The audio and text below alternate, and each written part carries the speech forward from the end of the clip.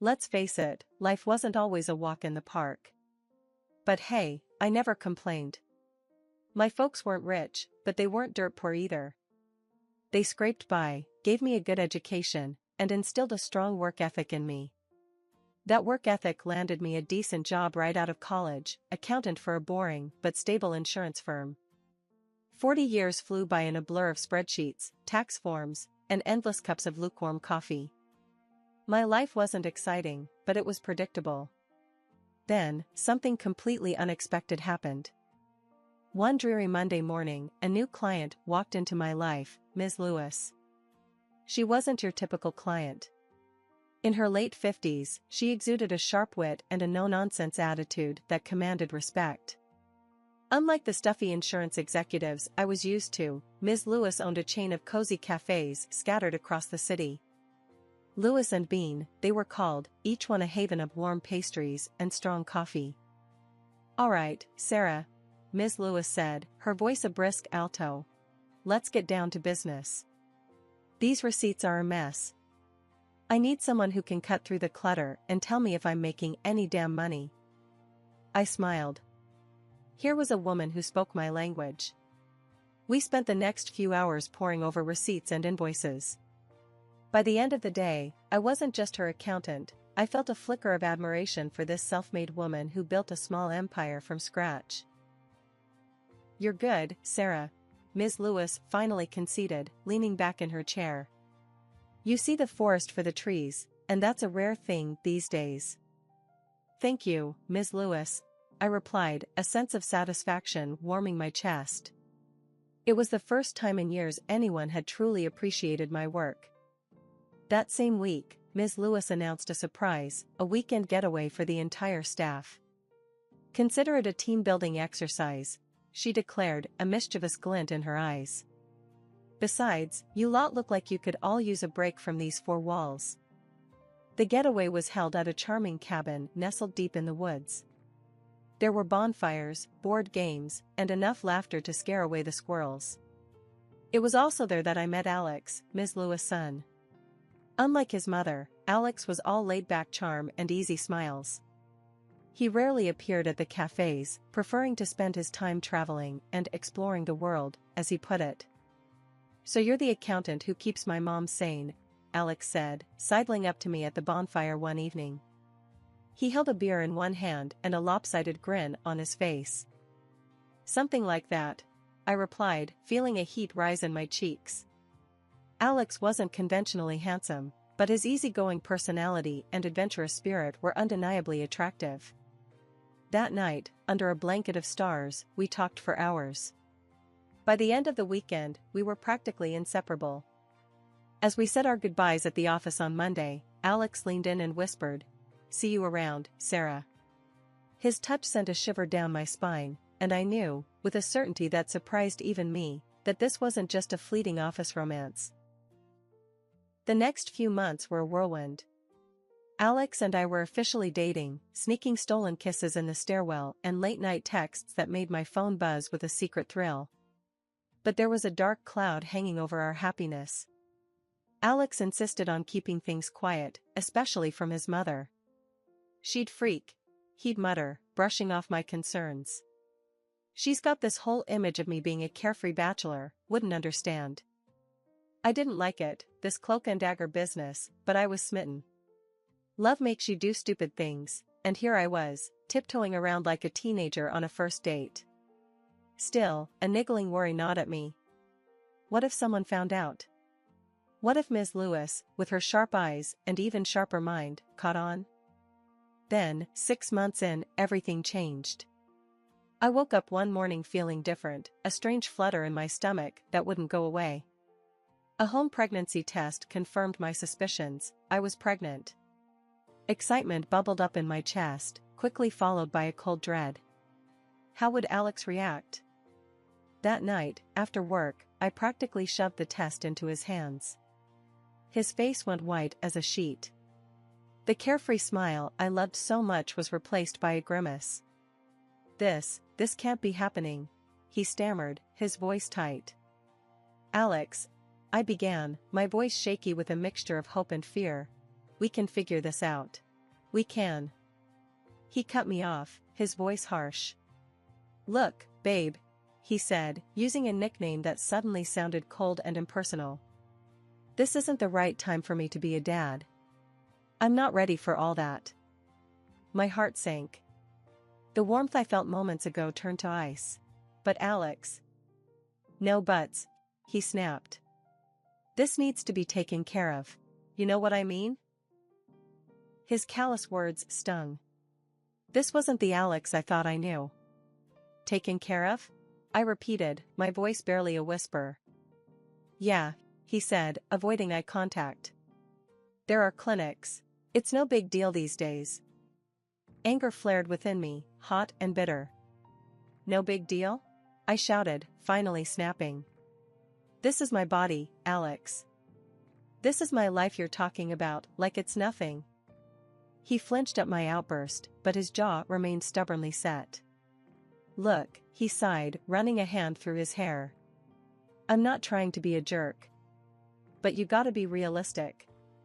You're not exactly a spring chicken anymore. What if something goes wrong? What if?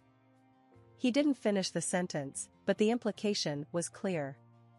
I was old, unfit, unworthy. Tears welled up in my eyes, blurring my vision.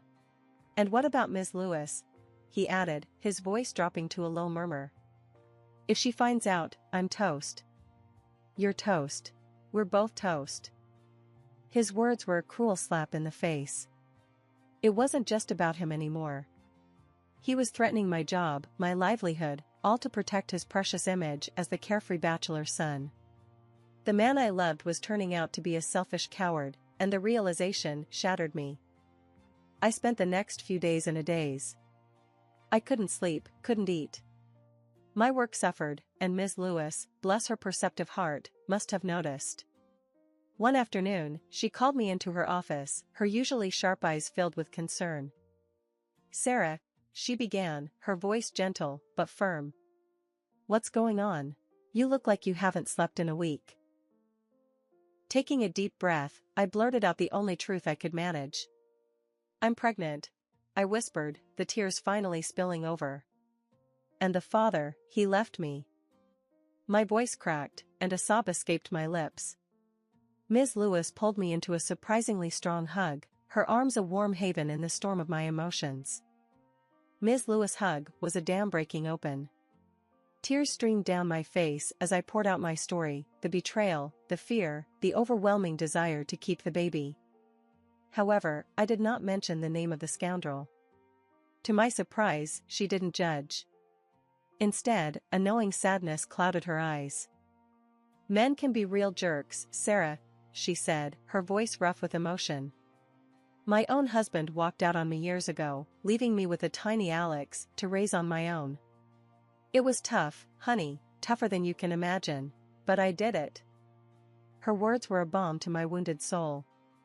Here was a strong, successful woman who had faced similar hardship and emerged victorious. It gave me a flicker of hope, a belief that maybe, just maybe, I could do this too. Look, Ms. Lewis continued, her voice firming up. This is your decision, Sarah. But if you choose to keep the baby, I'm with you all the way. We can figure out a way to make things work. Maybe some remote work, lighten your load a bit. Loyalty goes both ways, Sarah, and you've been a damn good accountant for me all these years. Relief washed over me, warm and welcome.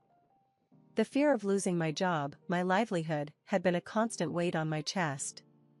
Now, Ms. Lewis was offering a lifeline, a chance to be a mother without sacrificing my career. The next few months were a blur of doctor's appointments, nesting instincts, and a growing sense of determination. Alex never called, never checked in. But with each passing day, the little life growing inside me filled that emptiness with something new, something precious, a love that was fierce and unconditional. Finally, the day arrived. A healthy baby boy, with chubby cheeks and a head full of dark hair, entered the world. Holding him in my arms, the tiny fingers wrapped around mine, I knew I'd made the right decision. Life settled into a comfortable rhythm. My days were filled with the gurgle of baby laughter, the clatter of tiny fists on the high-chair tray, and the quiet hum of work emails answered between diaper changes and nap times.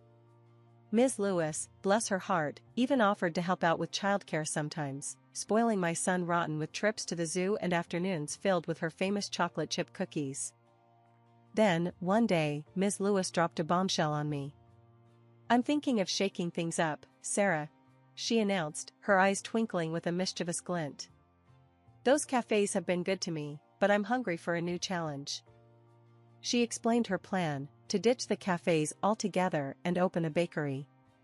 Not just any bakery, mind you, but a franchise of this hotshot bun company everyone was raving about. "It's a gamble, Sarah," Ms. Lewis admitted, "but I have a good feeling about it." As the accountant, the financial side of things fell to me.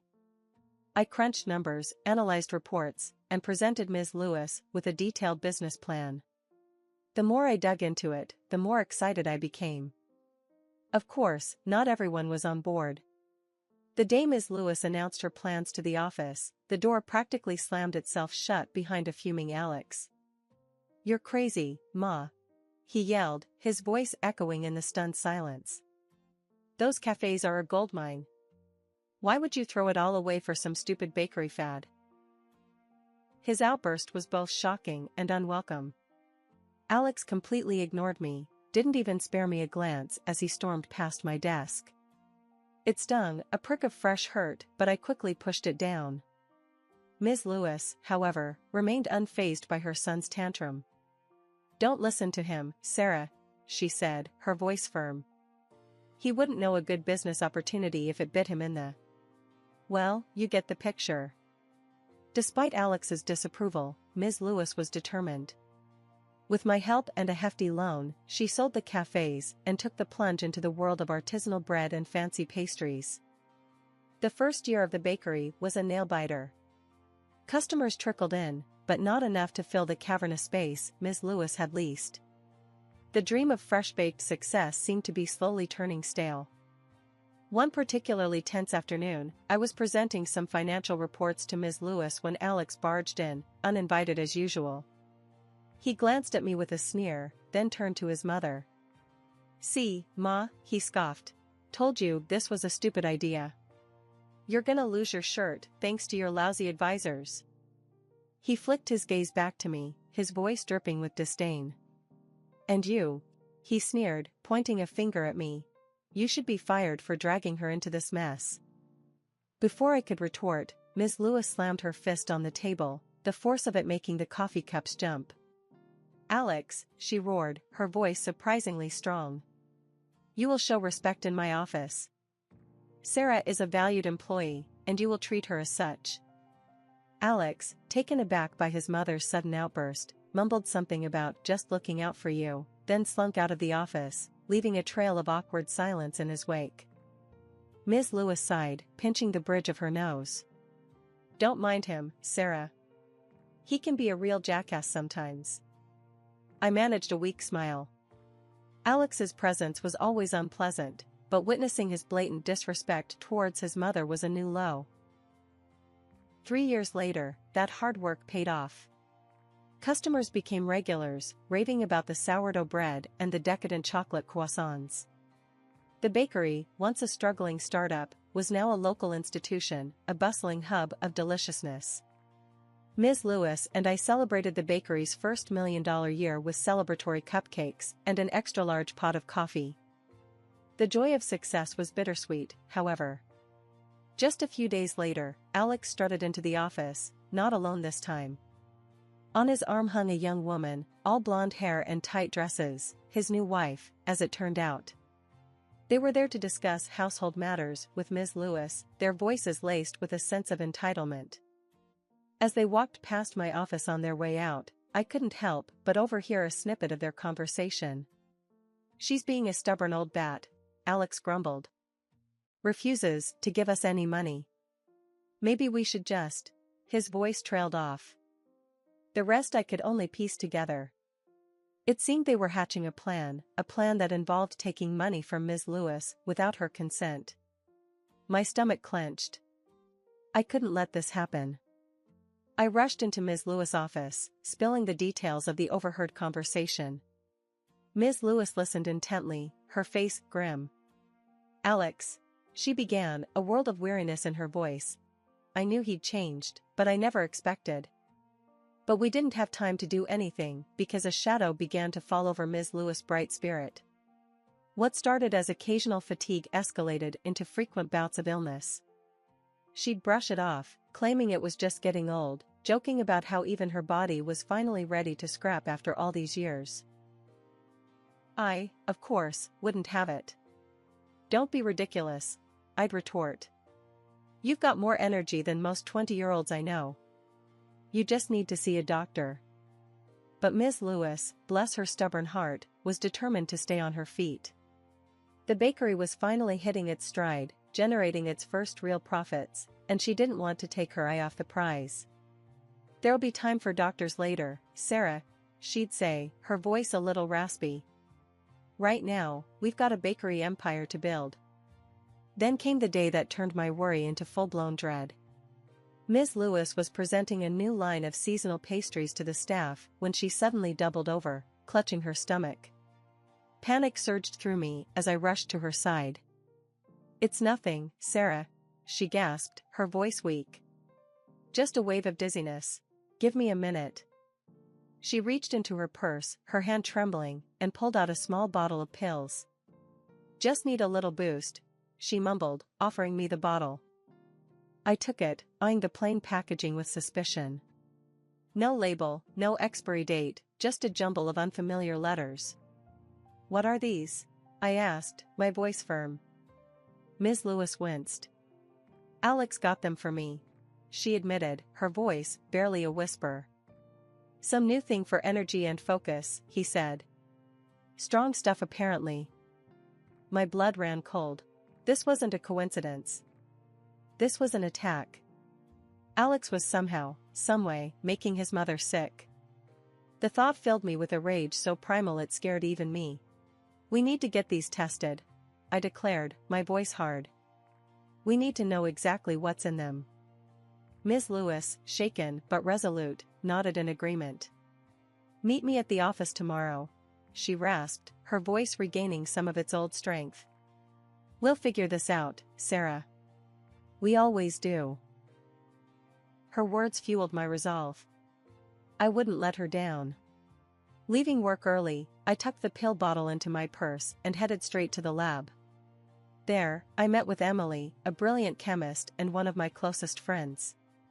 Whisking her into a secluded corner, I filled her in on the entire situation. Emily listened intently, her brow furrowed in concern, and promised to expedite the analysis, and I left the lab with a churning stomach, the weight of the knowledge heavy on my shoulders. The next morning, even before I reached the office, my phone buzzed with an email notification. It was from Emily, the subject line, "Stark. Analysis results urgent." My heart pounded as I clicked it open, dread twisting in my gut. The email confirmed the worst. The pills contained a potent cocktail of substances, designed to mimic energy-boosting supplements, but with a sinister twist. Long-term use could lead to serious health problems, potentially even death. My stomach churned as I raced towards Ms. Lewis' office, the email with the test results burning a hole in my pocket. I needed to get to her, to lay out the horrifying truth about Alex and those pills. Just as I reached for the doorknob, my phone shrieked to life, the caller ID flashing my nanny's name. "Sarah," her voice crackled through the receiver, laced with panic. "Something's come up. A family emergency, I gotta leave right away. Can you?" The rest of her sentence was lost in the static, but the message was clear. I was on my own, juggling a brewing corporate scandal and a 3-year-old with nowhere to go. Frustration bubbled up, threatening to boil over. This was exactly the wrong time for a childcare crisis. Thinking fast, I called my son's daycare, only to be met with their voicemail message. Desperate, I dialed Ms. Lewis' number, hoping for a miracle. "Sarah? What's wrong?" Ms. Lewis' voice came through, laced with concern. I explained the situation, the jumble of childcare woes, and a burning need to discuss something urgent. A beat of silence followed, then a sigh. "Bring him in, Sarah," Ms. Lewis said, her voice firm. We'll figure something out. Relief washed over me. With a grateful thank you, I bundled my son into the car, his bright chatter a stark contrast to the turmoil brewing within me. As soon as I entered the office and sat my son down on a chair, the door flew open, revealing Alex in all his smug glory. On his arm hung his glamorous wife, her perfectly coiffed hair and designer dress a stark contrast to the chaos of my day.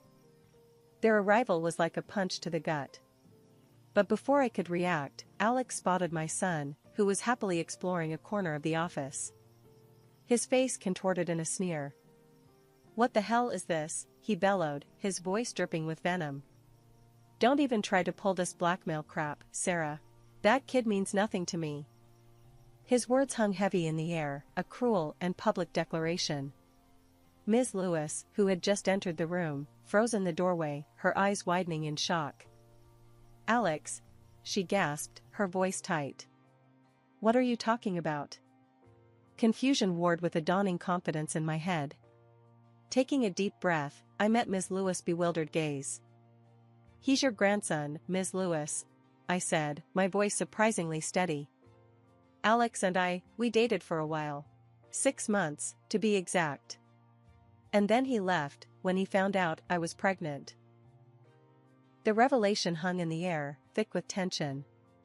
Alex's wife, the picture of perfect composure moments ago, let out a surprised gasp. "This is ridiculous," Alex blustered, his face reddening. "She's lying. This is all a..." But his tirade was cut short by his wife. Her voice, usually soft and breathy, now held a steely edge. "Alex," she said, her words clipped, "we need to deal with this. Now.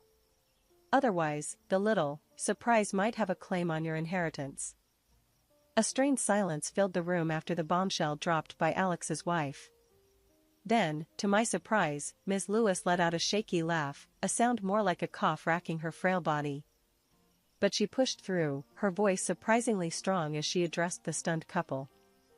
"Hold your horses, you two," she rasped, her eyes flashing with defiance. "Inheritance? It's a little early for that, wouldn't you say? Besides, I'm not going anywhere anytime soon, not even if that's what you two vultures are hoping for."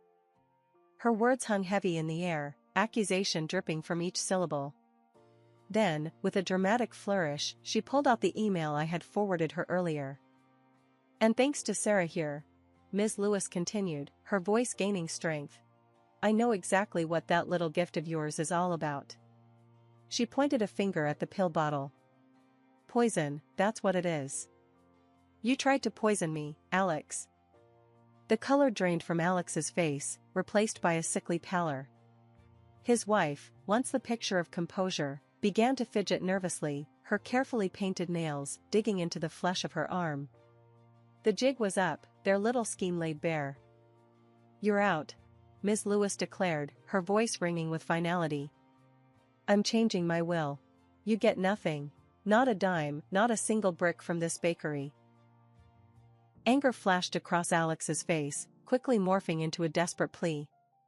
"But Ma," he whined, "give me another chance. I was just..."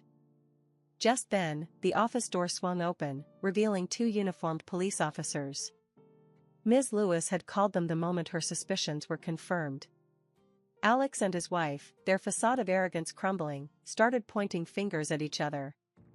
Alex blamed his wife, spewing accusations about it being her idea. She, in turn, shrieked about his manipulative ways and how he'd forced her into the scheme. We spent the next hour recounting the events for the police, the story spilling out in a jumble of emotions. Finally, with a promise to keep me updated on the investigation, the officers left. Exhausted but strangely exhilarated, I gathered my things, ready to head home.